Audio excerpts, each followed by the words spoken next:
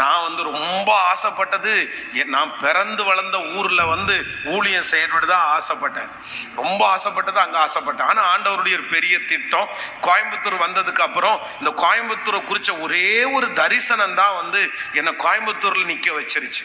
ஒரு நாள் ஆண்டவரிடத்துல, ஆண்டவரே இவ்வளவு வலுக்கட்டாயமா இந்த கோயம்புத்தூர்ல ஆண்டவர் வந்து, நான் ஊழியத்திற்காக படிக்கிறதுக்கு ஃபர்ஸ்ட் வந்துட்டு அப்புறம் ஊழியத்திற்கு வரல, அதுக்கப்புறம் வியாதிக்கு நோயாளியா தான் வந்தேன், ட்ரீட்மெண்ட்டுக்காக தான் கோயம்புத்தூர்ல வந்தேன். அப்போ ஒரு நாள் ஆண்டவரிடத்துல கேட்கும் போது, ஆண்டவரே நான் இந்த கோயம்புத்தூர் பட்டணத்துக்கு வரணும்னு நினைக்கல, இந்த கோயம்புத்தூர் பட்டணம் நான் ரொம்ப ஆசைப்பட்டு அப்படி இந்த ஊழியத்தை அப்படி எதுவுமே நினைக்கலையே, ஆனா இந்த இடத்துல என்ன ஊழியத்திற்கு கொண்டு வந்ததுக்கு காரணம் என்ன அப்படின்னு கேட்கும்போது, ஆண்டவர் ஒரு நாள் வந்து இந்த பைபிள் காலேஜ் வந்து நான் வந்து ராமநாதபுரத்துல தான் படித்தேன் கோயம்புத்தூர்ல.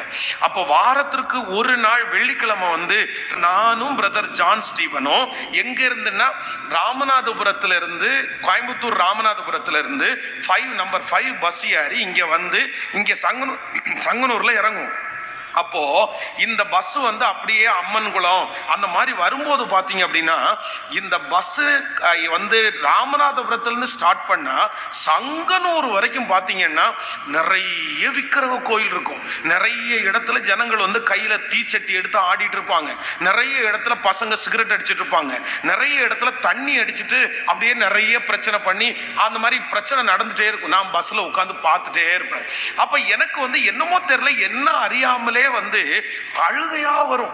அப்ப நிறைய நாள் என்ன பண்ணுவேன்னா, ராமநாதபுரத்துல இருந்து ஏறி அப்படியே கண்ணீர் விட்டுட்டே இருப்பேன். ஆண்டவரே இந்த ஜனங்கள் இப்படி அறியாம இருக்கிறாங்களே, வலது கைக்கும் இடது கைக்கும் வித்தியாசம் தெரியாத இந்த ஜனங்களா இருக்காங்களே, இந்த ஜனங்கள் ரசிக்க மாட்டீங்களா, இந்த ஜனங்கள் ஞானஸ்நானம் எடுக்க மாட்டாங்களா, இந்த ஜனங்கள் சபைக்கு போக மாட்டாங்களா அப்படின்னு அழுதுட்டே வருவேன். அதான் சொல்லியிருக்கேன், ஒரு நாள் இப்படி பஸ்ல அழுதுட்டு வரும்போது பக்கத்துல இருக்கிற ஒருத்தர் வந்து என்ன பார்த்துட்டு லவ் ஃபெயிலியரான்னு கேட்டார். ஆமா, காதல் தோறினா லவ் ஃபெயிலியர் அப்பா உனக்கு, ஏன்பா வயசு பையன் நீ அழுதுட்டு இருக்கிற அப்படின்னு கேட்கும்போது நான் சொன்னேன், இல்லைங்கய்யா ஒன்றும் இல்லை. இல்லை நீ எல்லாம் ஒன்றும் கவலைப்படாதேன்னு அவர் ஒரு 10 நிமிஷம் கவுன்சிலிங் கொடுக்க ஆரம்பிச்சாரு.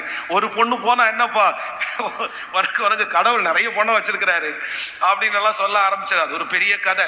அப்பதான் ஆண்டவர் ஒரு நாள் சொன்னார். என்ன சொன்னார்னா, இல்லை நீ ஒரு நாள் இந்த பட்டணத்திற்கு ஃபர்ஸ்ட் வரும்போது இந்த பட்டணத்திற்காக அழுதவன், திறப்புல நின்னவன், இந்த ஜனங்களுடைய எழுப்புதலுக்காக, அதனாலதான் அன்னைக்கே உன் விருப்பம் இருக்கோ இல்லையோ, உன் சித்தம் இருக்கோ இல்லையோ, இந்த பட்டணத்துல ஒன்ன நான் நிறுத்தணும், நீ எனக்கு ஊழியம் செய்யணும், இந்த பட்டணத்துல உன் மூலமாய் ஆயிரங்களை நான் சந்திப்பேன், அன்னைக்கே டிசைட் பண்ணிட்டாரு.